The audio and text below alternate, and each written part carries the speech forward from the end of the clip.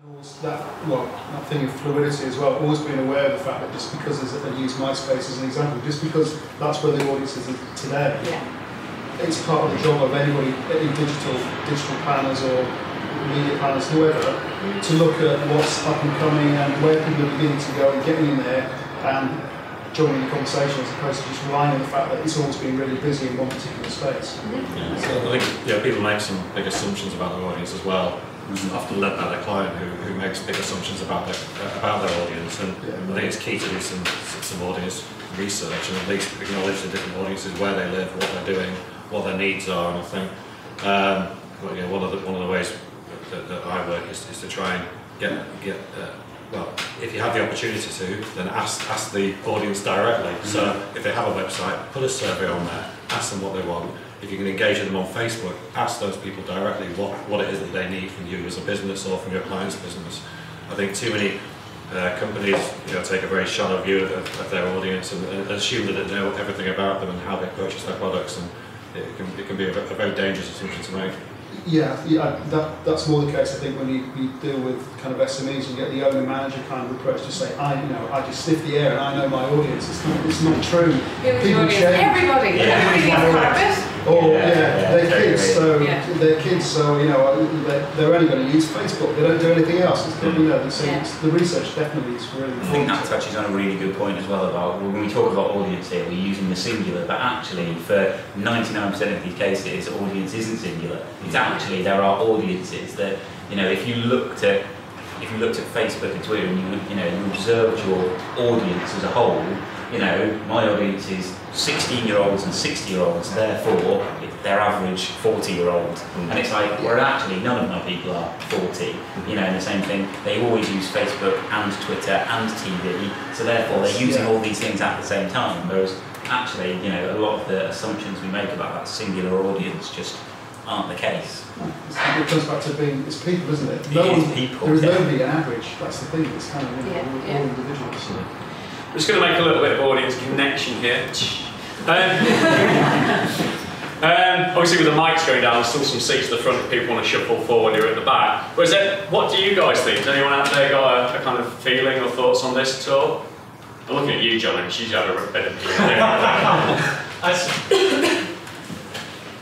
I think in the real world, this is really, really hard. I think that businesses still have this perception of digital and new media as a different channel, and even as much as they profess to have moved forward and to be considering joined up approaches, I think actually breaking out of that mindset of people online behaving a certain way, and we need a squeeze tactic where we have something very, very targeted that's designed to give them just enough information to get them to make a commitment. That's still the prevalent attitude, and I think I'd be interested in kind of getting your thoughts on how to break through that mentality and how to get to the point where actually, we've got different audiences, we need to educate them, they have different needs. Maybe not everybody's going to buy a carpet, but maybe this portion of people would like to find out about carpets so that they may take this small action, or they may inform these people about it. And just how do you help real world scenarios, real world businesses get to that point where they start to think that way?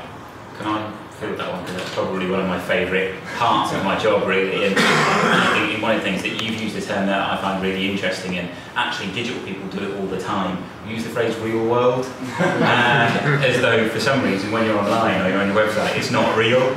And I think that that's really important. I think putting stuff into context, one of the bad habits that we have as digital people is being producers. And Karen touched on it there, we're actually marketeers, we're actually about communications. We're not just website builders, we're not just Twitter feed aggregators. So we need to put our stuff into context, and that will really, really help people to understand. Using that carpet example, that when you discuss having a carpet, put into their space what happens before they Google. Let's not talk what SEO plan you're going to have. Let's imagine the couple sat on their sofa looking at the stain that their one-year-old baby left, and I really want a new carpet. So then what happens? What dialogue occurs before they reach that point?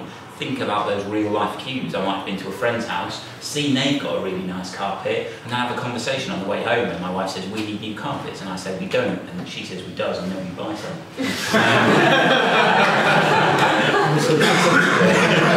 Would you say that's, you know, now in 2012, that's one of the big differences to maybe, I don't know, say even 4 or 5 years ago, where we can actually have a transparency of conversation that we can see online, and we can pick up on that, and it helps, you know, us as people or organisations or business identify more the kind of people that we can go and talk to and create that connection.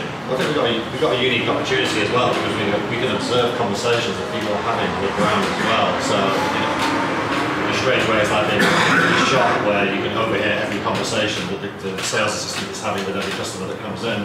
So we're in a unique position to monitor and look at how people are engaging with people, which I suppose helps us to come up with a strategy, if you will, to engage with people. But I suppose there's two sides to it. There's facilitating a conversation is very easy. You know, setting up a Facebook channel or a Twitter feed for a client is very easy. But how you encourage them to It's like 50% profit. But they're taking away that fear factor from a client who's new to it, doesn't really understand it. Drawing real-world analogies with them can really help, I think. And it's just another way of engaging with people in the same way you would if you met them face to face. And as I was saying, you've got to get beyond that barrier of real world versus virtual world. It's just one channel for engagement. I think it's exactly what I was saying earlier, is that, you know, I do it with my phone on the way into the bus, you know, I'm texting my missus, I'm emailing someone on the office through an email, you know, I'm slagging off Drupal this morning and getting 27 retweets on Twitter for some reason. It's, you know, I don't think of them as separate channels in that way. It's just my phone is an access point to all the different ways I can speak to people. And I think it's when you go outside of that as well and you think about how, like, you know, internet radio is a great example of this over the past 6 or 7 years. You know, people can access news and information now, which goes way, way beyond that. It's probably what they are of it as well, don't they? You can plant it and, you know, it's like a bomb in that way. Just kind of thinking about, that's right. Just on the point about trying to get a kind of joined up thinking approach, as much as it's kind of agencies or individual practitioners, creators, developers, etc., thinking about joined up approach to things and planners, I think there's still an organisational issue within a lot of businesses, particularly big enterprises, where the marketing department will have specialists within it. I mean, not all of them now, because budgets are really squeezed, so there are less people in marketing teams usually. But you'll have the PR department will be separate from the social media department. They'll maybe have one person in social media who's trying to do everything, but not thinking about the brand message that threads through all the different channels. Salespeople, I'm working with a client at the moment where they've got two really good, the national financial services business, they've got two really good sales directors around the country who have just gone out and taught themselves Twitter, they've set up their own Facebook page, which on the surface is kind of good because they're keen, but it's bad because it's not the official brand page, so they kind of sort some stuff out there. They've got a couple of offices overseas that have gone off and done their own thing, so they need to get a hub, and I think that's where clients either don't, as bad as agencies in terms of putting people either in silos or thinking, well, that guy knows social media, let's just pretend it's not happening and let him go and do his own thing. So I think it's both sides of the party, if you like, to kind of think about planning and putting stuff together and not.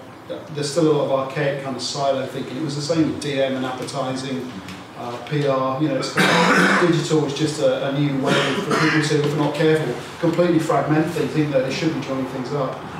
We've talked a lot about execution, you know, in terms of, like, we talked about Twitter and all the obvious touch points on that. But if we were to think about digital as a tool that helps us, is it helped us collect, say, more information, more data, you know, more info about people, meaning we can be more precise about how we talk to people? Or in a way, is digital actually a hindrance? You know? What, as an analysis paralysis, too much? Yeah, exactly. I think that comes down to resources as well, because there are now, because it's digital, therefore electronic, therefore there are ways of setting things up automatically, obviously, to collect data, but it's more, I think, it's more often the will or the resource that people can. They'll make some snap decisions, look at some headline stats, but not really drill down and have a really good look, usually because they're just too busy, there's too much on their plate to look at, or they're just relying on the summarised, the aggregated account reports, and they're kind of not making the most of what's underneath it. But I think that comes down to time and resource. I think there's a willingness to do it, but there is a lot of information, obviously, it's there second by second. And it's that information in the context of the user, the context of the situation, the context of the action. And all the nuances within that. Exactly, because it isn't just that the top line stats and information gives you what you know. Social media doesn't give me a revenue, ROI. Social media doesn't give me to more sales, but it's part of a blended approach, as is email and all the other touch points that people want to be there at the point. So it is about, you have to know what you're looking for and you know some of that information in the context of what happened next, and in the context of what else other touch points that the consumer has been involved in at different points.